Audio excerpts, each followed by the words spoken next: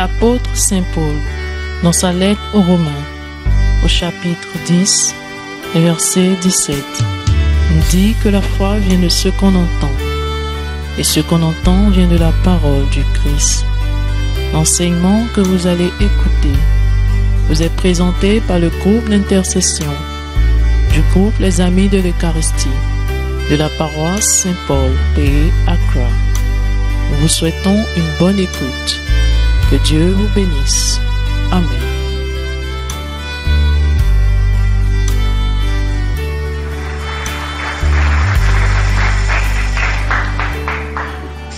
Amen. Je bénis ce soir le nom du Seigneur pour la vie de chacun d'entre nous. Si nous sommes rassemblés ce soir, c'est que le Seigneur l'a voulu. Et nous sommes rassemblés au nom du Père, du Fils et du Saint-Esprit. Amen. Le thème de ce soir est très simple.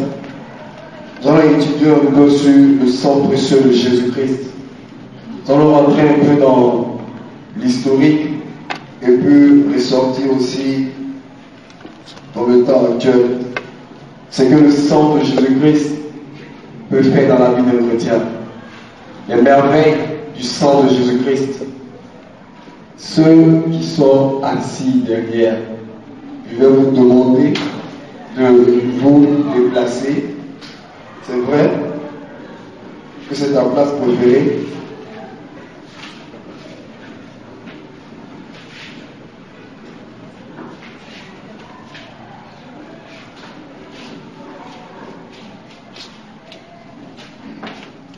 Amen.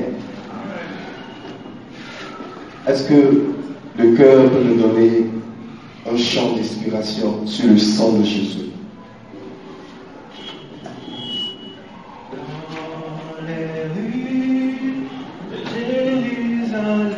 Je t'invite en ce temps de baisser la tête et de recevoir maintenant le précieux sang de Jésus-Christ.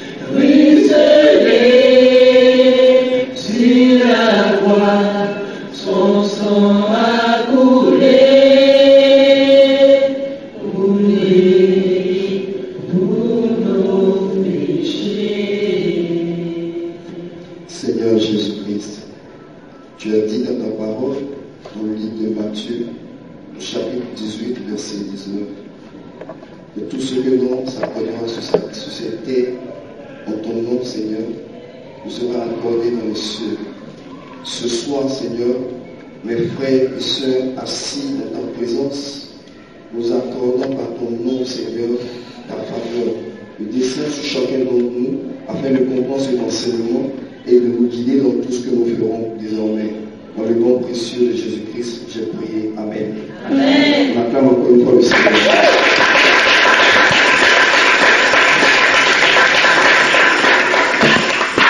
Amen. Comme nous le voyons, nous sommes dans notre salle de classe habituelle, c'est-à-dire la cathédrale. Voilà. Et sur le tableau est écrit le sang précieux, le sang précieux de Jésus-Christ. Et le texte de base est Exode 24, versets 1 à 8. Alors si quelqu'un est déjà là, qu'il fasse la lecture. J'espère que vous avez aussi de quoi écrire. Parce que c'est un enseignement où, quand tu comprends, au moins si tu as l'écrit à côté, de temps à autre tu pourras passer et puis te rafraîchir la mémoire, comprendre un peu le sens de cet enseignement. Amen. Amen. Le Seigneur. Il dit à Moïse, montez vers Yahweh, toi, Aaron, Nadab, Abihu et 70 des anciens d'Israël. Et vous vous prosternerez à distance. Moïse s'approchera seul de Yahweh. Eux n'approcheront pas et le peuple ne montera pas avec lui. Moïse vint rapporter au peuple toutes les paroles de Yahweh et toutes les lois. Et tout le peuple répondit d'une seule voix. Ils dirent, toutes les paroles que Yahweh a prononcées, nous les mettrons en pratique. Moïse mit par écrit toutes les paroles de Yahweh, puis, se levant de bon matin, il bâtit un autel au bas de la montagne et 12 stèles pour les 12 tribus d'Israël. Puis il envoya des jeunes Israélites offrir des holocaustes et immoler à Yahweh de jeunes taureaux en sacrifice de communion. Moïse prit la moitié du sang et l'a mis dans des bassins, et l'autre moitié du sang, il la répandit sur l'autel. Il prit le livre de l'Alliance et il en fit la lecture au peuple qui déclame. Tout ce que Yahweh a dit, nous le ferons et nous obéirons. Moïse, ayant pris le sang, le répandit sur le peuple et dit, ceci est le sang de l'alliance que Yahweh a conclu avec vous, moyennant toutes ces clauses. Parole du Seigneur notre Dieu. Amen. Amen. Je relis encore la parole de Dieu. Dieu dit à Moïse, est-ce que tu peux éviter ton micro? Merci. Dieu dit à Moïse, mon Père éternel, toi et Aaron, Nadab et Abihu, et 70 des anciens d'Israël, vous vous prosternerez de loin. Moïse s'approchera seul de l'Éternel, les autres ne s'approcheront pas, et le peuple ne montera point avec lui. Moïse vint rapporter au peuple toutes les paroles de l'Éternel et les lois. Le peuple entier répondit d'une même voix. Nous ferons tout ce que l'Éternel a dit. Moïse écrit toutes les paroles de l'Éternel. Puis il se leva de bon matin. Puis il bâtit un autel au pied de la montagne. Il dressa 12 pierres pour les 12 tribus d'Israël. Il envoya des jeunes hommes, enfants d'Israël, pour offrir à l'Éternel des holocaustes et immoler des taureaux et sacrifices d'action de grâce. Moïse prit la moitié du sang qu'il mit dans des bassins et il répandit l'autre moitié sur elle, et prit le livre d'alliance et le lut en présence du peuple. Il dit, nous ferons tout ce que l'Éternel a dit et nous obéirons. Moïse prit la parole et il répandit. Moïse prit le sang et le répandit sur le peuple en disant, voici le sang de l'alliance que l'Éternel a fait avec vous selon toutes ses paroles. Amen. Amen. Bien-aimés, ici, dans ce passage, il s'agit d'un exercice que le peuple de Dieu a fait. Le Seigneur a convoqué les enfants d'Israël auprès de lui et il a choisi des anciens dans le camp. Et avec lui, il y a Aaron, il y a Josué qui est aussi parmi eux, ces personnes. Et Dieu les convoqua de le trouver, c'est-à-dire au pied d'une montagne. De monter plutôt à la montagne, et là, il va les parler. Il y a un truc qui s'est passé. La montagne, quand on parle de montagne par exemple, ou bien si on prend par exemple la montagne que nous avons ici au Ghana, on peut voir un peu, c'est-à-dire pour monter déjà la montagne, il faut, c'est pas facile. C'est-à-dire déjà du départ jusqu'à être au sommet de la montagne, c'est-à-dire il y a un exercice, il y a une marche, tu seras fatigué avant d'arriver au sommet. Et dans cet exercice, Dieu appelle le peuple de Dieu à le joindre sur la montagne. Et arrivé, il leur demande maintenant de se séparer, c'est-à-dire que seulement Aaron et Moïse qui doit le retrouver au-dessus, au sommet de la montagne. Et le reste doit être stationné quelque part. Bien aimé, il y a un exercice spirituel ici qui est donné. Qu'est-ce qui s'est passé? Dieu a donné des prescriptions à Moïse. Il y a eu des tablettes, des inscriptions, la loi. Et puis, dans le passage, c'est-à-dire que quand on lit un peu, Moïse s'approcha seul de l'Éternel, et les autres ne s'approcheront pas, et le peuple ne montera point avec lui. Moïse est approché de Dieu pour recevoir des instructions. Et ces instructions doivent être appliquées parmi le peuple. Nous avons commencé une semaine de jeûne. Nous sommes appliqués à l'exercice spirituel. Dommage pour ceux qui n'ont pas commencé avec nous, c'est pas grave. L'essentiel c'est qu'on a commencé et c'est la fin qui compte. Amen. Alors, ce peuple est monté vers l'Éternel. Moïse, qui était le chef, a reçu une instruction de Dieu. Et Dieu leur a confié une parole. C'est-à-dire que lorsque Moïse est descendu, Moïse devait accomplir quelque chose de prophétique dans le camp. Utiliser le sang des agneaux. Et quand on prend par exemple le passage de Hébreux 7, verset 6, on comprend un peu l'agneau dont parle l'Éternel, l'instruction que l'Éternel a donnée à Moïse. Hébreux 7, verset 6. Verset 26. Je lis. Et nous convenons en effet d'avoir un souverain sacrificateur, comme lui, saint, innocent, sans tache, séparé des pécheurs, et puis élevé que les cieux. Amen. On voit ici dans ce passage que cet agneau est l'agneau que Moïse a utilisé. L'agneau que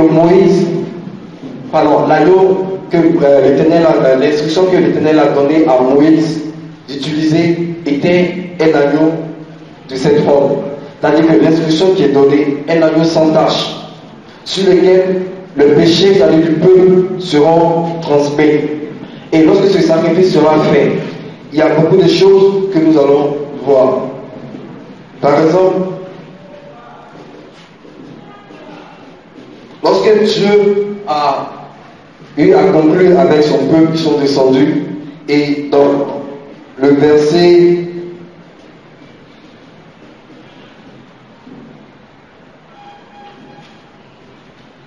verset 24, le verset 8, pardon.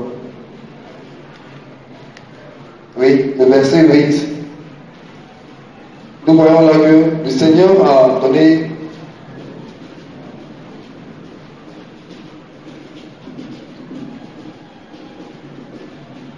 Amen.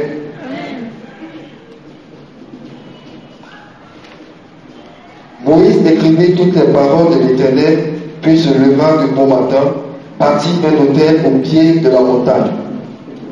Voici un peu ce qui s'est passé. Lorsque l'instruction a été donnée à Moïse, Moïse a bâti un hôtel où il y a une consécration. Il y a le sang qui est versé pour purifier le peuple. Il y a eu le sang qui a été versé pour purifier aussi l'autel. Et le sang a été répandu aussi sur la loi, c'est-à-dire que la parole qui devait guider le peuple de Dieu. Et dans ce passage, nous voyons que le sang qui a été utilisé était le sang d'un agneau que nous avons lu dans Hébreux 7, verset 26. Nous allons voir un peu dans quelques exemples l'alliance que le Seigneur a eu à faire avec quelques serviteurs. Quand on prend le cas de Noé, le cas d'Abraham, le cas de Jacob et le cas d'Isaac, qu'est-ce qui s'est passé? Quand on prend exemple la Genèse 8 verset 20. Genèse 8 verset 20.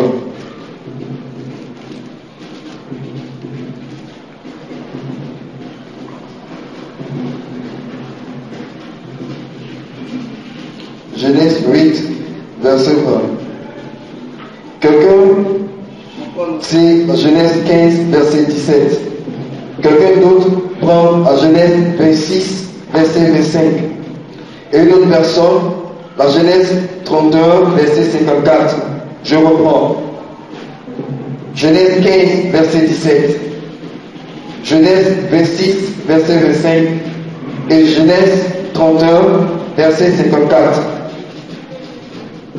Je lis la Genèse 8, verset 20. À 21.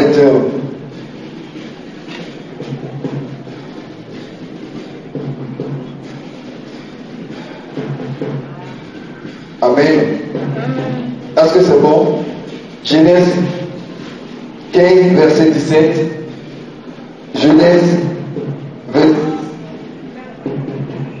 Qui prend la Genèse 15, verset 17? Ok. Genèse 26, verset 25. Et puis la Genèse 31, verset 54.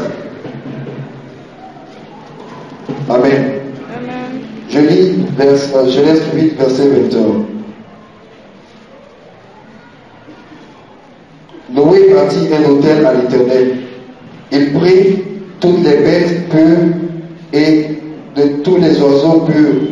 Et il offrit des holocaustes sur l'autel. L'Éternel sentit une odeur agréable. Et l'Éternel dit en son cœur: je ne maudirai plus la terre à cause de l'homme, parce que les pensées du cœur de l'homme sont mauvaises dès sa jeunesse. Et je frapperai plus tout ce qui est vivant comme je l'avais fait.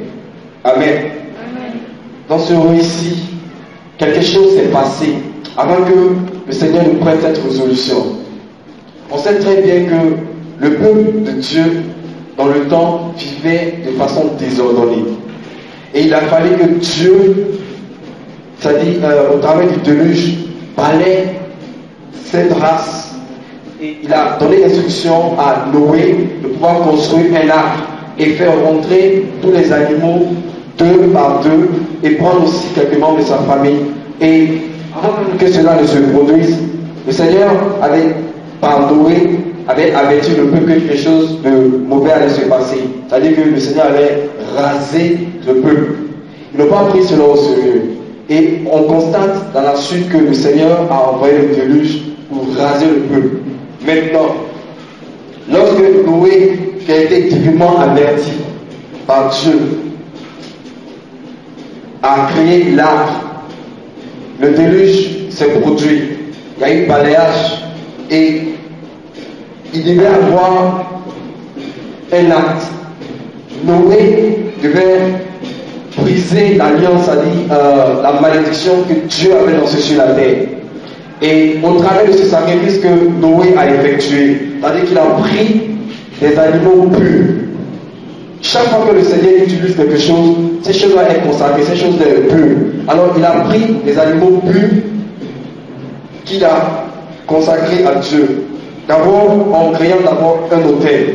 Et de l'autel, il a répandu le sang sur l'autel et on voit dans la suite que le sacrifice, on voit dans la suite que le sang a brisé la malédiction que Dieu avait envoyée sur la terre. Ça, c'était par Noé. Maintenant, quand on prend la Genèse 15, qui va nous lire la Genèse 15?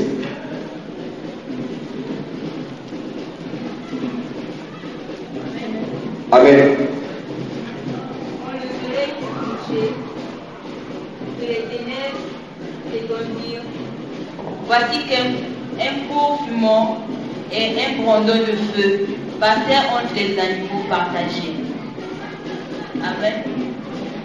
Est-ce que tu peux continuer jusqu'au 21? Ce jour-là, il avait conclu une alliance avec Abraham en ces termes.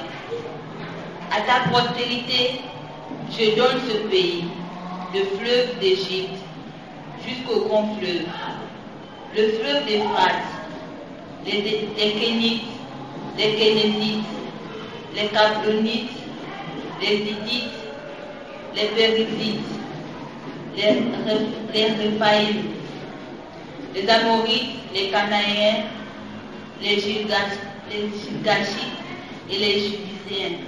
Amen. Amen. Dans ce passage, Dieu avait promis à Abraham une terre. Et c'était la terre de Canaan. Lorsque Abraham avait conquis le territoire de Ur et arrivé au territoire de Canaan, Dieu dit à Abraham de ne pas se soucier, que ce territoire lui sera donné. Mais il a fallu qu'Abraham fasse un acte prophétique. C'est-à-dire, il a posé la question à Dieu, quelle est la preuve? Qu'est-ce que tu me donnes comme preuve pour signifier l'appartenance du territoire de Canaan? Il a fallu que Abraham fasse un sacrifice. À l'entrée du territoire de Canaan, Abraham a érigé un autel. Et sur cet autel, il a fait une consécration, c'est-à-dire qu'il a pris encore des animaux purs, qu'il a égorgé, répandu le sang sur l'autel et brûlé cela, c'est-à-dire que le parfum de ce sacrifice est monté à Dieu. Et on voit que Dieu lui donne la promesse, c'est-à-dire que l'appartenance, c'est-à-dire avoir le territoire de Canaan comme possession. Et quand on prend aussi le passage de Genèse 26, verset 25, qui nous fait la lecture. Oui. Le micro, pardon.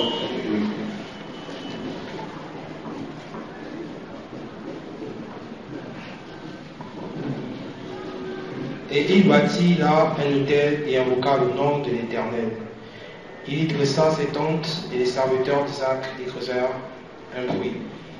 Et Abimelech, second le 25. Le 25. Pardon, tu peux reprendre s'il te plaît. Et il bâtit là un autel et invoqua le nom de l'Éternel. Et il y dressa ses tentes et les serviteurs d'Isaac y creusèrent un puits. Ok, merci beaucoup, frère. Il bâtit là un autel, invoqua le nom de l'Éternel et dressa sa tente et ses serviteurs et les serviteurs d'Isaac y creusaient un puits. Dans ce passage, on voit encore que Isaac, le premier-né d'Isaac, d'Abraham, après la mort de son papa, il devait aussi posséder, il devait aussi avoir des possessions. Et il a fallu d'abord que Isaac fasse aussi un sacrifice à l'Éternel. Et lorsqu'il a effectué aussi le même sacrifice, on voit que Dieu, en ce moment, c'est-à-dire que la promesse qui a été faite à Abraham devient aussi sa promesse. Et il y a la promesse d'Abraham qui est déjà effectuée par le sacrifice, et la promesse d'Isaac aussi qui est aussi une seconde promesse. Et quand on prend aussi le passage de Genèse 31, verset 54, là on nous parle de Jacob. Qui nous fait la lecture? Tu peux avoir le micro s'il te plaît.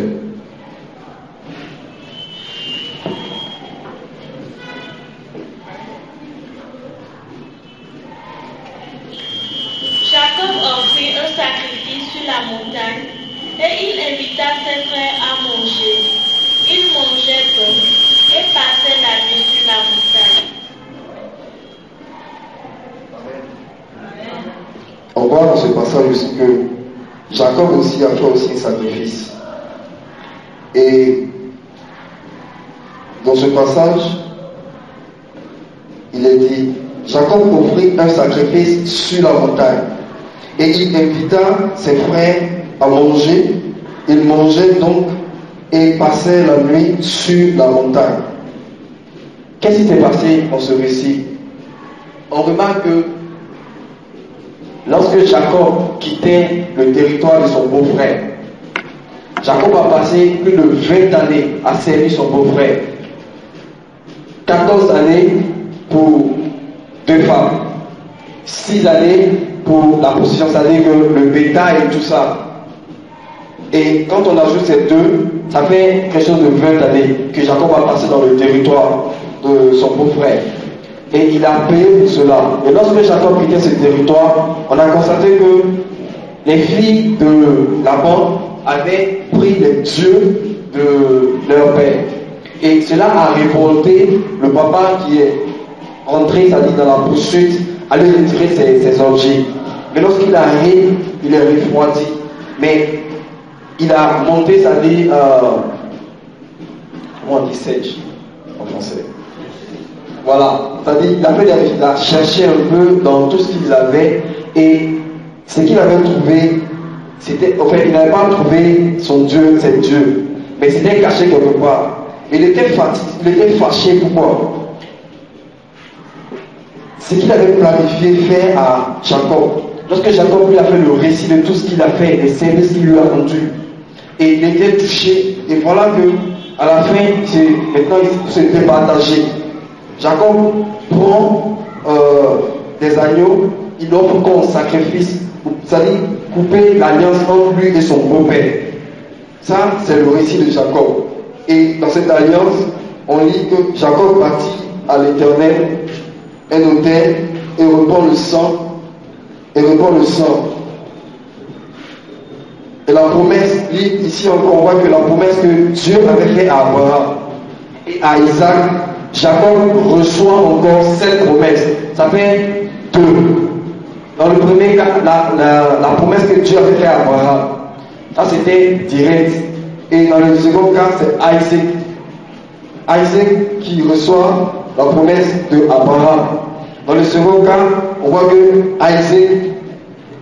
Jacob reçoit la promesse de Abraham, d'Isaac. Ça lui fait 2 promesses. Quand on voit un peu dans Exode 12, versets 21 à 23. Exode 12. 21 à 23.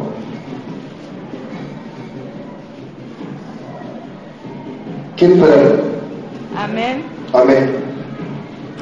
Moïse convoqua tous les anciens d'Israël et leur dit, allez-vous.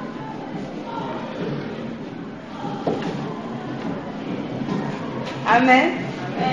Moïse convoqua tous les anciens d'Israël et leur dit, allez vous procurer des agneaux ou des chevaux pour vos familles et égorgez-les pour la fête de la Pâque. Prenez un bouquet de branches d'hysope, trempez-le dans le récipient contenant le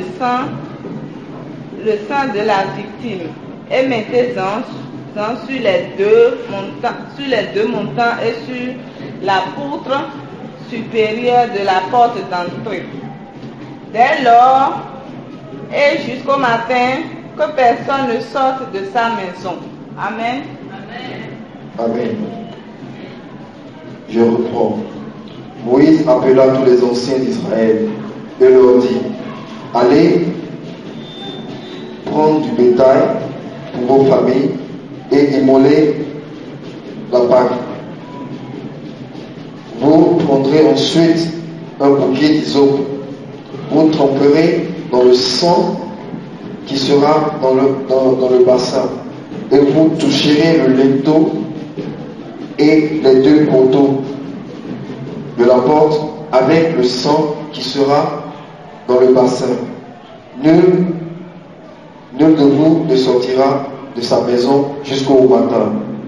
Quand l'Éternel passera pour frapper l'Égypte, vous verrez le sang, et verra le sang sur le linteau et sur les deux poteaux. L'Éternel passera par-dessus et la porte. L'Éternel passera par-dessus la porte et ne permettra pas aux destructeurs d'entrer dans vos maisons pour frapper. Amen. Amen. Dans ce passage, on voit que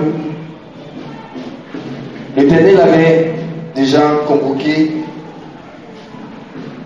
par...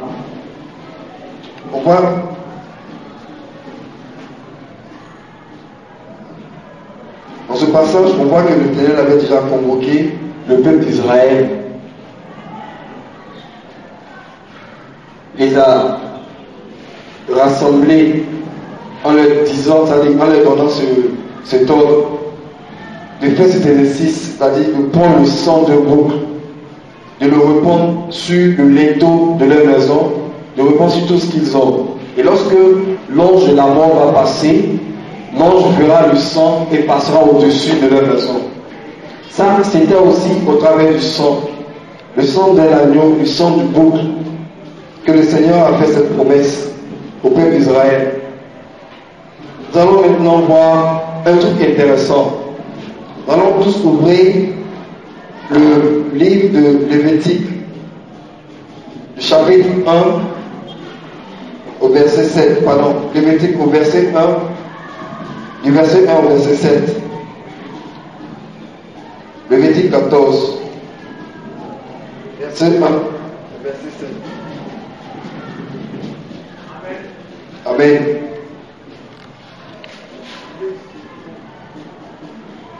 Le Seigneur adressa la parole à Moïse. Voici le rituel relatif aux lépreux, à observer le jour de sa purification. Lorsqu'on l'amène au prêtre, le prêtre sort à l'extérieur du camp et procède à un examen. Si le lépreux est guéri de la maladie du genre lèpre, le prêtre ordonne de prendre pour celui qui se purifie deux oiseaux vivants, purs du bois de cèdre, du cramoisi éclatant et de l'hysope. Le prêtre ordonne d'égorger le premier oiseau au-dessus d'un récipient contenant de l'eau vive. Il prend l'oiseau vivant avec le bois de cèdre, le cramoisi éclatant et l'hysope. Il les trempe, y compris l'oiseau vivant, dans le sang de l'oiseau qu'on a égorgé sur l'eau vive. Il effectue cette aspersion sur celui qui se purifie de la lèpre. Il le déclare pur. Il laisse l'oiseau vivant s'envoler vers la pleine campagne. Amen. Amen. Bien-aimé, je vais reprendre ce passage. Et dans ce passage, il y a beaucoup de choses que nous devons retenir. Si tu as de quoi écrire. C'est très important. Amen. Je fais la lecture. L'Éternel parla à Moïse et dit: voici quelle sera la loi sur le lépreux pour le jour de sa purification. On l'amènera devant le sacrificateur. Le sacrificateur sortira du camp et l'examinera le lépreux. Et le lépreux, si le lépreux est guéri, si le lépreux est guéri de la plaie, de la lèpre, le sacrificateur ordonnera que l'on prenne pour celui qui doit être purifié deux oiseaux vivants, purs, du bois de cèdre, du cramoisi, de l'hysope. Le sacrificateur ordonnera qu'on égorge l'un des oiseaux sur un vase de terre. sur de l'eau. Il prendra l'oiseau vivant, le bois de cèdre, le cramoisi et l'hysope, et les trempera avec l'oiseau vivant dans le sang de l'oiseau égorgé sur l'eau vive. Et on fera 7 fois l'aspersion sur celui qui doit être purifié. Sur celui qui doit être purifié de la lèpre. Puis il le déclarera pur et lâchera dans le champ l'oiseau vivant. Amen. Amen. Amen. Quelqu'un pour me faire la lecture, je vais expliquer ce passage. Amen. Amen. Le Seigneur adressa la parole à Moïse. Voici le rituel relatif au lépreux, à observer le jour de sa purification. Lorsqu'on l'amène au prêtre, le prêtre sort à l'extérieur du camp et procède à un examen. Si le lépreux est guéri de la maladie du genre lèpre, le prêtre ordonne de prendre pour celui qui se purifie 2 oiseaux vivants, purs, du bois de cèdre, du cramoisi et de l'hysope. Amen. L'Éternel parla à Moïse et dit, voici quelle sera la loi sur le lépreux. Ici, le lépreux, quand tu prends un lépreux dans l'ancien temps, c'est quelqu'un, à cause du péché, est atteint de la maladie. Et avant de se présenter à Dieu, comme on a l'habitude de le faire, on commence nos prières au travers du pardon. D'abord, on remercie le Seigneur. Après le remerciement, on passe à la prière de purification. Après s'être purifié, on demande à ce que le sang de Jésus-Christ nous nettoie. On invoque la présence de l'Esprit de Dieu et on confie l'assemblée dans la main de Dieu. Et en même temps, a lieu l'enseignement du jour. Voici un peu ce qui se passe. Dans ce cas, on voit que le lépreux a une maladie sur lui. Et cette maladie-là, c'est le péché que chacun de nous a. Et avant que on demeure dans l'assemblée, c'est-à-dire qu'avant qu'on ne se présente à Dieu, on en a lu dans les passages antérieurs où Moïse avait été convoqué par Dieu de rencontrer Dieu à la montagne. Et Dieu avait demandé avant qu'il ne se manifeste, c'est-à-dire qu'il faudrait qu'il y ait une purification. Et on a suivi aussi tous dans le passage que Dieu a purifié, c'est-à-dire avant d'accepter le peuple, il a fallu que Moïse fasse un sacrifice, tue un animal, prenne son sang, le répande sur l'autel, répand sur le livre de la loi et asperge maintenant sur le peuple. Ça, c'est la purification. Et dans ce exercice, dans ce cas, on voit ici que le lépreux, pour se purifier, doit avoir ces éléments de purification. Et le prêtre ici, c'est Jésus-Christ de Nazareth. Avant que le lépreux soit purifié, il y a eu beaucoup de choses qui sont passées. Le passage nous dit que le lépreux, voici quelle sera la loi sur le lépreux. Pour le jour de sa purification, on amènera devant le sacrificateur. Ici, le sacrificateur, c'est Jésus-Christ de Nazareth. Et le sacrificateur sortira du camp, examinera le lépreux. Si le lépreux est guéri, si le lépreux est guéri de la plaie, de la lèpre, le sacrificateur ordonnera que l'on prenne pour celui qui doit être purifié 2 oiseaux vivants. Pardon, tu peux faire la lecture. Pardon, je t'avais dit. Je continue. Oui. Le prêtre ordonne d'égorger le premier oiseau au-dessus d'un récipient d'argile contenant de l'eau vive. Il prend l'oiseau vivant avec le bois de cèdre, le cramoisi éclatant et l'hysope. Il les trempe, y compris l'oiseau vivant, dans le sang de l'oiseau qu'on a égorgé sur l'eau vive.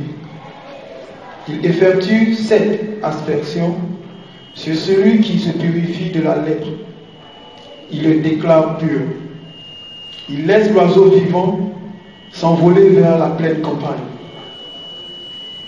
Celui qui se purifie lave ses vêtements, rase tout son poil, se lave dans l'eau et alors il est pur.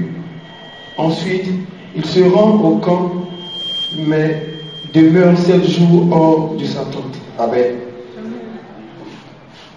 Faisons un peu recours au passage 5, non pardon, au passage 4, le verset 4.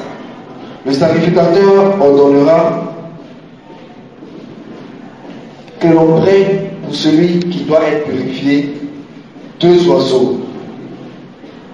Regardez un peu les éléments qui sont choisis. 2 oiseaux, du bois de cèdre, du cramoisi et de l'hysope.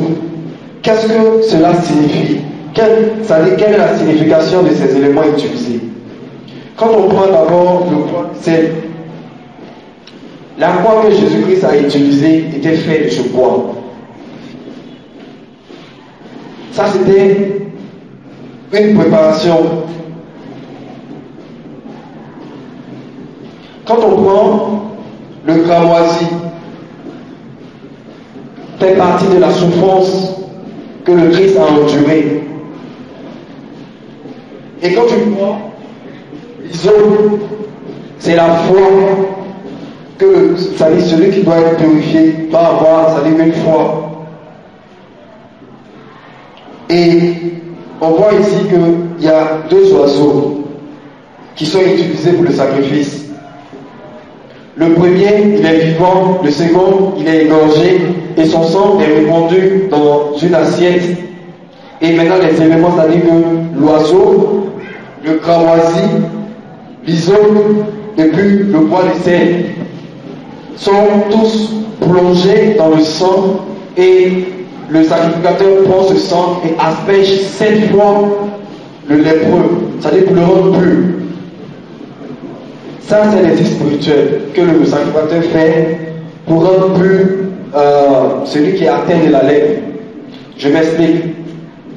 L'oiseau qu'a utilisé le sacrificateur, le premier oiseau, représente la résurrection de Jésus-Christ. Pardon. Le premier oiseau qui est tué représente la mort de Christ. Le second oiseau représente la résurrection de Christ.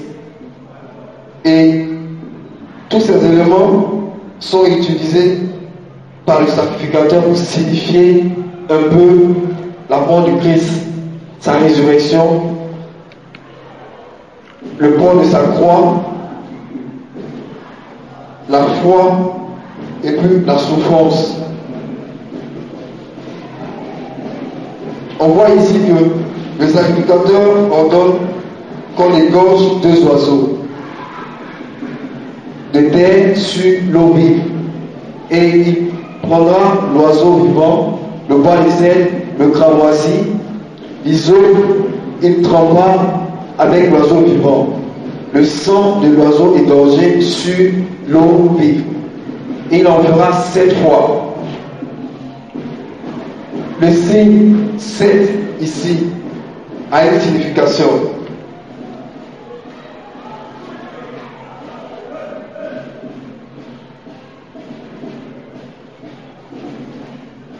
On remarque que Jésus a versé son sang 7 fois au travers de cet exercice qui a été fait 7 fois sur le lépreux.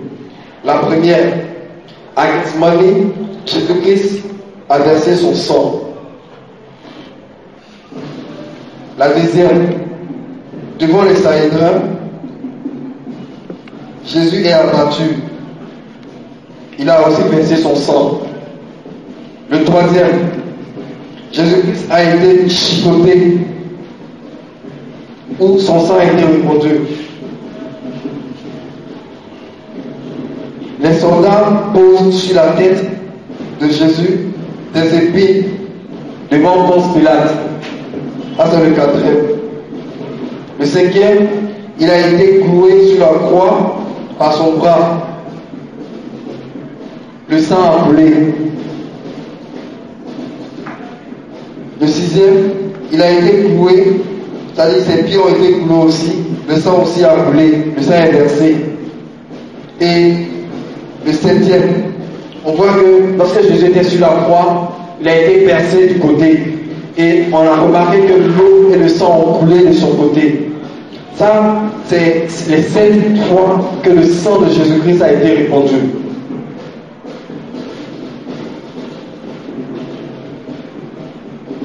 Quand on observe, cet exercice a été fait sur le lépreux 7 fois. Et pendant cela, on remarque que le prêtre qui a pris des éléments, c'est-à-dire que l'oiseau qui était vivant, trempé dans le sang de celui qui était mort, c'est-à-dire celui qui était égorgé, le bois de sel, l'hysope, et puis le cramoisi, étaient des éléments qui étaient autour de la vie, c'est-à-dire que dans le cheminement, dans le cheminement, c'est-à-dire Jésus-Christ devait verser son sang pour chacun d'entre nous, pour que nous soyons purifiés. Et cet exercice a été fait dans l'Ancien Testament. C'est-à-dire que c'était des choses qui étaient cachées, que le Christ a, c'est-à-dire qu'au travers de son sacrifice, a été révélé. Quand on va un peu aussi dans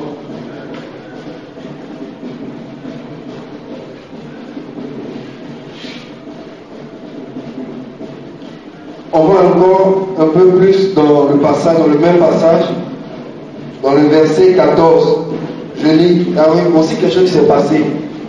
Le sacrificateur prend le sang de la victime de culpabilité. Il en mettra sur l'eau de l'oreille droite de celui, sur l'eau de l'oreille droite de celui qui se purifie, sur le pouce de l'orteil et sur son pied droit. Qu'est-ce que cela signifie? Cela a une importance. Pour purifier le lépreux, il a fallu que le sacrificateur prenne encore prenne son doigt dans le sang qui était dans l'assiette, toucher l'eau de l'oreille du lépreux, le pouce droit et l'orteil droit du lépreux. Cela a une signification spirituelle. Pourquoi est-ce que le sang de l'agneau a été, c'est-à-dire le sacrificateur a touché l'eau droite, c'est-à-dire l'oreille du lépreux?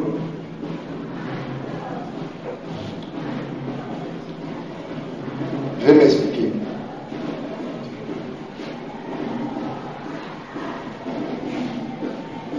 Quand on prend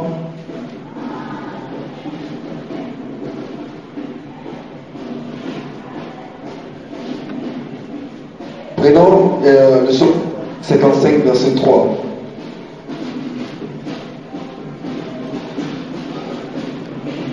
Psaume 55.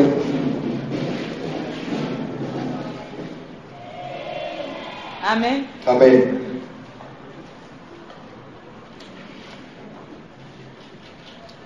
Sois attentif et réponds-moi.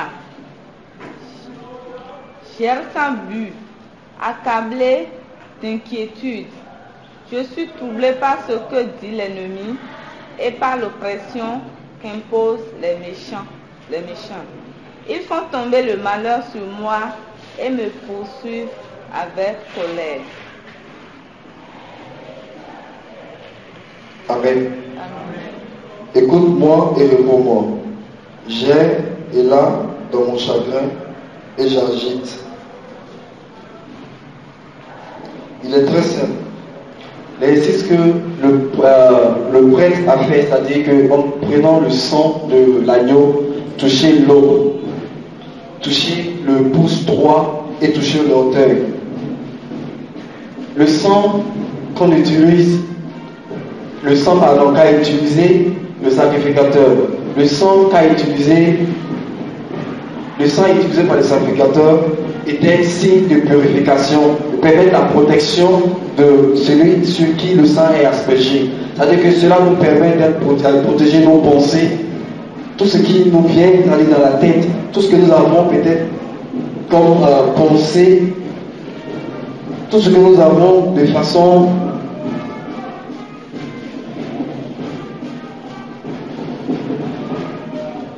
Amen. Le sang utilisé sur l'autre droit protège la tête. Le sang utilisé sur le pouce protège, c'est-à-dire, elle nous permet de protéger tout ce que l'on fait, que ce soit le travail, les études, tout ça. Lorsqu'elle est imprégnée, elle nous protège.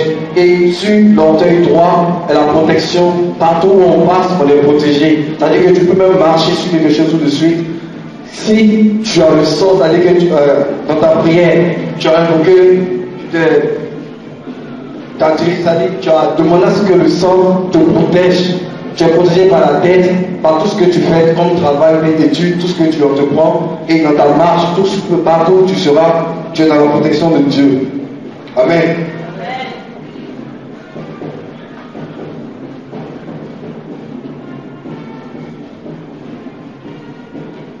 Comme je l'ai dit, le sang est appliqué sur son pouce pour la protection, au travers de tout ce que ça dit ce dernier fera. Sur l'orteil, elle protégera le sujet dans sa marche.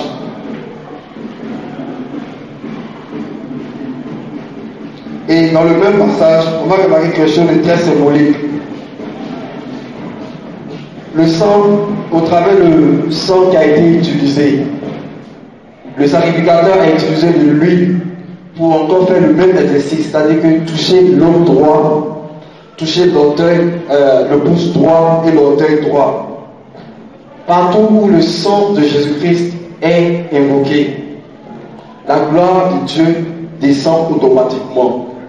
C'est-à-dire que si, par exemple, quelqu'un est affligé, pardon, je vais dire, et que au cours d'une prière, on invoque le sang de Jésus-Christ. C'est-à-dire, il n'y a pas d'action physique qui se fait, mais c'est fait de façon spirituelle. Nous sommes en train de prier, on invoque le sang de Jésus-Christ sur un sujet, mais sur quelqu'un, et on voit des manifestations. D'où est-ce que cela provient? C'est-à-dire la puissance qu'a le sang de Jésus-Christ. Et au travers de tout ce que nous avons étudié, tout ce que nous avons lu ce soir, nous avons vu que, c'est-à-dire, il y a des actions prophétiques qui ont été faites.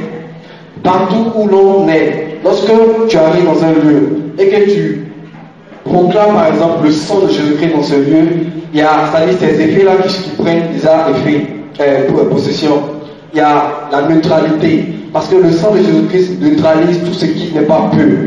Le sang de Jésus-Christ rend pur tout ce qui est impur. Le sang de Jésus-Christ permet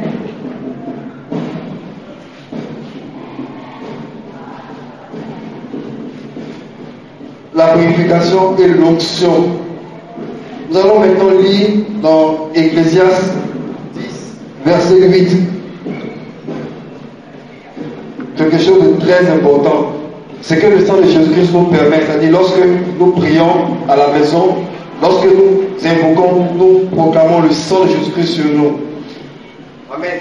Amen. Ecclésiaste 8, 10, verset 8. Quelqu'un peut faire la lecture?